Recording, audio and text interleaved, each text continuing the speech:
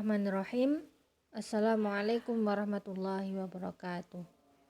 Saya Azifa Yusrinawati akan mempresentasikan dari mata kuliah pengembangan kurikulum dengan materi standar isi kurikulum atau desain pembelajaran bahasa Arab. Nah, langsung masuk saja. Di sini isi kurikulum. Pada hakikatnya, isi kurikulum berupa mata pelajaran yang berisi materi pokok dalam program yang ditawarkan kepada siswa untuk dipelajari dan untuk mencapai tujuan kurikulum. Nah, di sini isi kurikulum itu berisi mata pelajaran atau materi-materi yang akan diberikan kepada siswa. Nah, gunanya apa? Gunanya juga untuk mencapai tujuan kurikulum tersebut. Nah, kemudian standar isi kurikulum. Nah, di sini menurut kurikulum Madrasah 2013 mata pelajaran pendidikan agama Islam dan bahasa Arab. Standar isi merupakan kriteria mengenai ruang lingkup materi dan tingkat kompetensi untuk mencapai kompetensi lulusan pada jenjang dan jenis pendidikan tertentu. Nah, yaitu ada kriterianya ya, standar isi kriteria yang harus dimiliki oleh peserta didik atau pada jenjang atau jenis pendidikan tertentu ya. Ada kriterianya di sini. Nah, standar isi disusun dengan substansi tujuan pendidikan nasional dalam domain sikap spiritual dan sikap sosial, pengetahuan dan keterampilan. Nah, di sini ada 4 ya.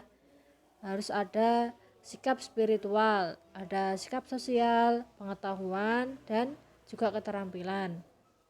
Nah, terus standar isi pelajaran bahasa Arab adalah, nah ini kalau dikaitkan dengan pelajaran bahasa Arab, yaitu ruang lingkup dan kompetensi mata pelajaran bahasa Arab yang harus dicapai oleh setiap peserta didik, atau dapat disebut juga standar isi merupakan batas minimal yang harus dicapai peserta didik dalam ruang lingkup dan kompetensi bahasa Arab. Ya, batas minimal yang harus dimiliki atau yang dicapai peserta didik dalam pembelajaran itu harus ada ini dalam kompetensi bahasa Arab.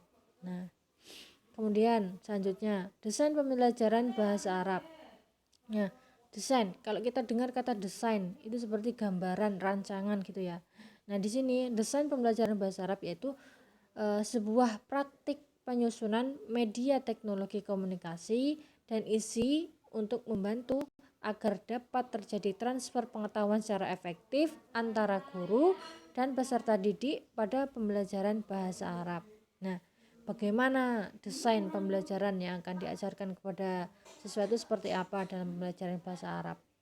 Jangan sampai kita mengasal-asal ya. Lalu komponen desain pembelajaran ini ya. Di sini ada komponen desain pembelajaran. Harus ada dalam desain pembelajaran berarti ini ya. Yaitu yang pertama tujuan pembelajaran, yang kedua pembelajaran, yang ketiga analisis pembelajaran, yang keempat strategi pembelajaran, yang kelima penilaian belajar. Nah, harus ada ini ya dalam desain pembelajaran bahasa Arab. Jangan sampai ada tujuan, ada pembelajaran ataupun yang lainnya. Nah, kemudian nih contoh desain pembelajaran. Ini saya mengambil buku kelas 5 SD pada bab pertama ya, yang judulnya A'dha'ul Jism. Nah, pada buku ini, nah di sini tadi kan ada komponen desain pembelajaran. Yang pertama ada tujuan. Nah, di sini itu juga ada tujuan. Nah, di sini terdapat tujuan. Nih, deskripsi. Pembelajaran ini bertujuan. Nah, ini sebuah tujuan ya. Tujuannya itu ini. Ada tujuannya. Jangan sampai nggak ada tujuannya nanti terlewatkan. Oke, selanjutnya. Yang kedua itu komponen yang kedua tuh ada juga di sini, yaitu pembelajaran. Nah, pembelajarannya tuh bagaimana dalam desain pembelajaran tuh? Kalau di sini tuh kan di buku ini ada membagi menjadi 4. Ini nih, kegiatan pertama, kegiatan kedua, kegiatan ketiga, kegiatan keempat tuh ngapain aja harus jelas ya, harus jelas. Kemudian contoh selanjutnya yaitu yang ketiga, yaitu analisis pembelajaran. Nah, ketika kita melihat buku ini, Nah, kita tuh analisis. Kita akan memakai buku ini, kita analisis.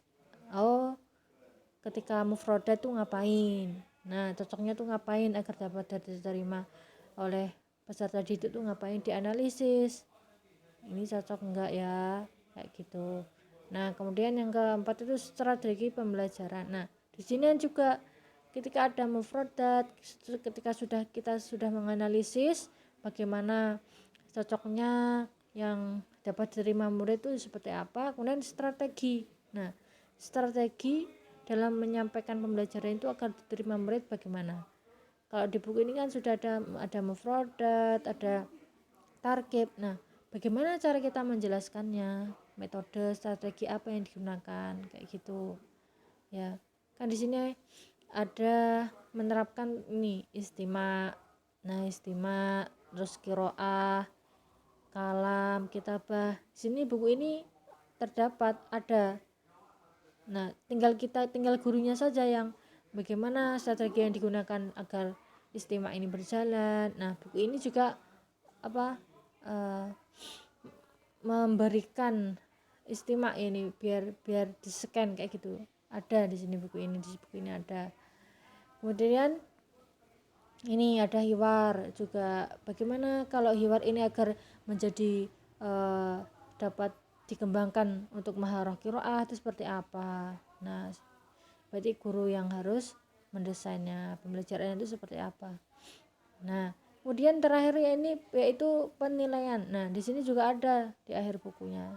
Ada penilaian, ada contoh soal-soal untuk dikerjakan oleh siswanya. Apakah dari pembelajaran kita yang sudah kita ajarkan, apakah siswa itu dapat menangkap pembelajaran kita, apakah siswa itu paham dan mengerti. Ya, ini untuk penilaian siswanya. Jangan sampai kita mendesain pembelajaran tanpa ada penilaian. Jadi kita nanti agar tahu, oh, dengan model seperti ini, pembelajarannya seperti ini, kita tuh akan tahu.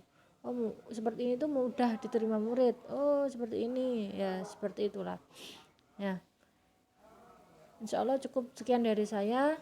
Semoga bermanfaat. Mungkin kalau ada salah saya mohon maaf. Ya. Wassalamualaikum warahmatullahi wabarakatuh.